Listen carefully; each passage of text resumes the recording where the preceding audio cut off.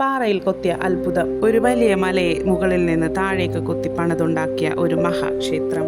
18 വർഷം കൊണ്ട് 4 ടൺ പാറകളാണ് ഇവിടെ നീക്കം ചെയ്തത്. ഇന്നത്തെ ആധുനിക യന്ത്രങ്ങൾക്ക് പോലും അസാധ്യമായ ഈ അത്ഭുതം നമ്മുടെ ഇന്ത്യയിലാണെന്ന് നിങ്ങൾക്കറിയാമോ? Hey hello, welcome to day 12 of 50 Days 50 Stories. മഹാരാഷ്ട്രയിലെ എല്ലോറയിൽ സ്ഥിതി ചെയ്യുന്ന ഒരു പ്രശസ്തമായ ക്ഷേത്രമാണ് കൈലാസനാഥ ക്ഷേത്രം. സാധാരണ കെട്ടിടങ്ങൾ താഴെ നിന്ന് മുകളിലേക്കാണ് പണിയാറുള്ളത്. എന്നാൽ എല്ലോറയിലെ കൈലാസനാഥ ക്ഷേത്രം നിർമ്മിച്ചത് ഒരു കൂറ്റൻ പാറയെ മുകളിൽ നിന്ന് താഴേക്ക് ചെത്തിമിനുക്കിയാണ്. ഒരു ചെറിയ തെറ്റുപോലും തിരുത്താൻ കഴിയാത്ത ഈ രീതിയിൽ ഇത്രയും പെർഫെക്റ്റായി ഇതെങ്ങനെ നിർമ്മിച്ചു എന്നത് ഇന്നും അവിശ്വസനീയമാണ്.